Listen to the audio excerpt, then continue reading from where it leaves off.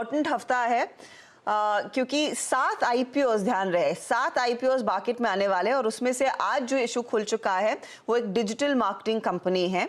Price band करीब 270 से 288 rupees प्रति शेयर है। इशू के जरिए करीब 423 करोड़ रुपए जुटाने की योजना है और कंपनी का नाम है आरके स्वामी। मेरे साथ कंपनी के ग्रुप सीईओ नरसिम्हन कृष्ण स्वामी और साथ ही साथ सीएफओ राजीव नेवार है। शेखर जी स्वागत है एंड नेवार जी आपका भी स्वागत है। 1973 में आपने ये कंपनी शुरू की थी और integrated marketing services and now you call it digital marketing. कितना बदला है बिजनेस तब से लेकर अब तक? क्योंकि मेरे ख्याल में डेटा एनालिटिक्स तब भी काम आता था, it's a lot more technologically played now. तो पहले तो ये 50 years ago it was started not by me, by my father. Okay. मेरे पिताजी ने शुरू किया चेन्नई में। वहाँ से हमारा ऑल इंडिया नेटवर्क बन गया। पहले था एक प्योर प्ले एडवर्टाइजिंग एजेंसी, वो 40 साल पहले हमने एक मार्केट रिसर्च कंपनी भी उसके साथ जुड़े हुए थे। Actually it was a department, we spun it off into a separate company. 15 years ago हमने डेटा एनालिटिक्स के बारे में सोचा, उसके लिए एक 2 member स्टार्टअप किया, वो भी आजकल बढ़ गया है। So these 3 pieces together, integrated communications, market research and the data analytics, which is at the crossroads of marketing and technology, ये तीनों मिला के हम इसको integrated marketing services बोलते हैं। The digital ecosystem is a fantastic ecosystem because इसमें this is full of content, full of data and full of research. So marketing तो if it is running on this oil called digital, we are right in the thick of it. Okay. पर business आपका कितना बदला है जब से digital marketing has become perhaps the hottest word in the industry? तो आपके लिए कितना ट्रांजिशन हुआ और was it just part and parcel of it? नहीं, it's an evolution. I would say we have been fortunate, we have kept pace. जैसे हमने data analytics जब शुरू किया, it was 2008. It was a journey. Right. And शुरुआत में तो there was a lot of evangelization and conversion that needed to happen. Abhi you can look back and say how did you start and what happened. That is a good fortune if you may call it. So business वो तो पहले था ही नहीं. So it is completely new and it has changed the way we are working today. And the digital contribution to our business is almost 75-80%. Okay, that's good to hear. अब coming to the point कि आप लोग market में क्यों आ रहे हैं? करीब 423 crore raise होंगे इस इशू से। कितना ओएफएस है, कितना फ्रेश इशू है? ओएफएस में क्या प्रोमोटर्स ऑफलोड कर रहे हैं, क्या है नेवार जी detail? So total about 423 crore 24 crore, that is the quantum of the total issue, जिसमें से करीब 250 करोड़ जो है वो ओएफएस है और 173 करोड़ जो है वो है आपका फ्रेश इशू। जो ओएफएस हो रहा है वो तकरीबन 4 जन है। एक फंड है यूएस की, वो जो इन्वेस्ट की थी वो निकल रही है। एक और एक इंडियन फंड है वो निकल रही है और प्रमोटर्स के थोड़े बहुत स्टेक्स हैं। टोटल मिलाकर अगर प्री इक्विटी अगर देखा जाए तो करीब 19.56% of the pre equity capital यानी कि 87 lakh shares is in under OFS. Okay, अभी आप आ जाए फ्रेश इशू के लिए तो 173 करोड़ है।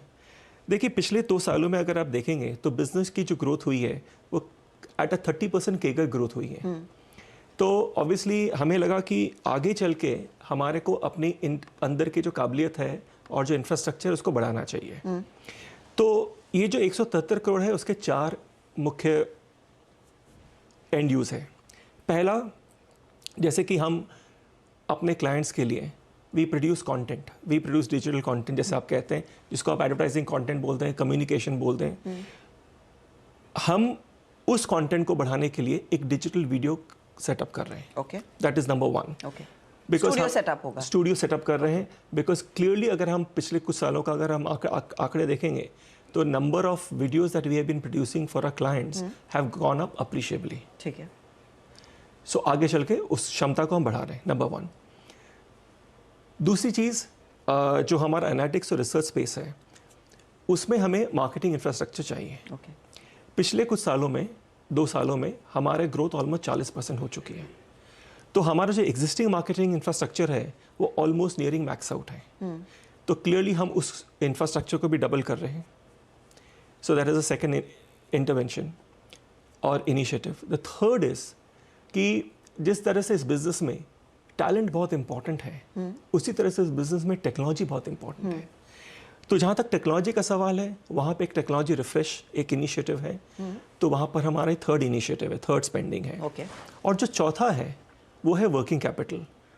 वो हमारा मानना है कि हमारे पास अभी हमारे पास कई बिजनेस इनिशिएटिव्स हैं, और उन इनिशिएटिव्स को परस्यू करने के लिए we will need some working capital Okay. To proceed. Okay. I am not sure if you Yeah, would so explain we the- have 4 or 5 interesting initiatives. एक है अभी अनाउंस हो गया, it is actually started, R.K. Swamy Center for Study of Indian Markets. ठीक है।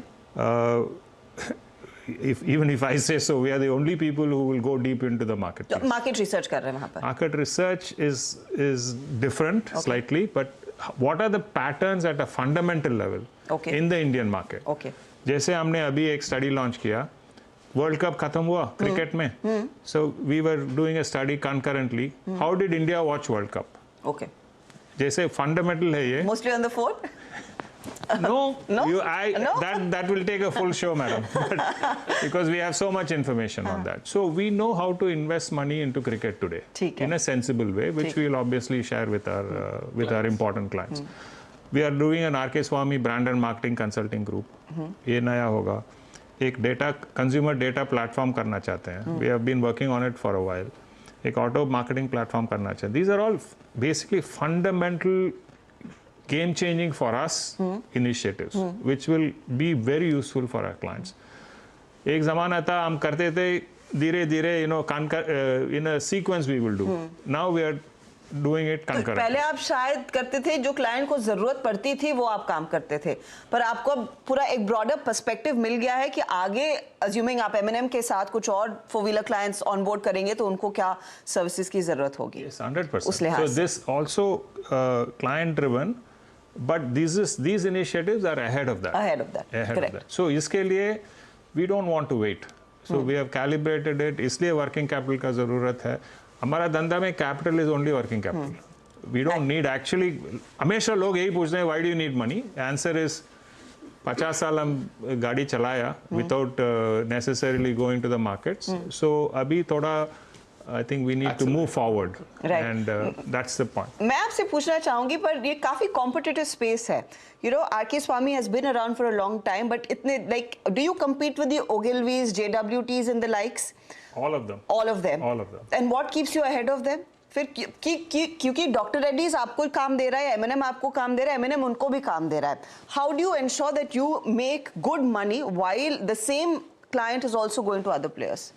So एक चीज actually we talk of 3 streams of work, but एक ही काम करते हैं, मार्केटिंग करते हैं। We are here to help clients solve their marketing problems. Okay. अगर हम इसमें हम सक्सेस एक्सपीरियंस करते हैं, we are able to deliver, then we have a right to be on the table. अगर हम डिलीवर नहीं करते हैं, then we don't have the right to the relationship, but we have earned the right to the relationship because if you take our top 10 clients, they've been with us an average of almost 2 decades. Correct.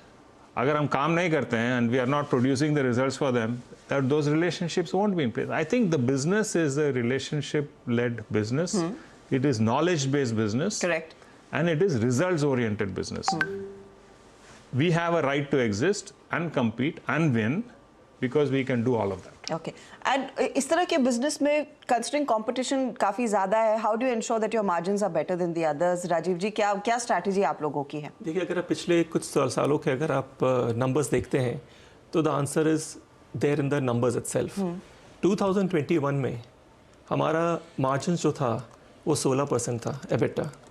2018 में जाकर 2022 में वो बढ़कर 18 हो गया। 2023 में जाकर वो 21 हो गया। और अगर आप देखेंगे कि when revenue grows by x historically, the profits have grown by 1.5x। क्योंकि इस बिजनेस में क्या है, this is we have seen कि इसमें gross margin has been close to 68% in the last couple of years. तो मार्जिन्स तो देखिए, बिजनेस बढ़ रहा है, 30% से बढ़ा है ईयर ऑन ईयर। मार्जिन्स 16 से 21 हो गया है।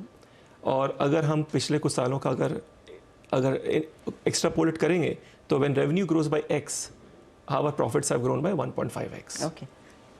अब I'll take your leave क्योंकि कमी है, थोड़े समय की कमी है, लेकिन बहुत ही interesting company and good luck for your thank you, IPO. Thank you so much. Thank you.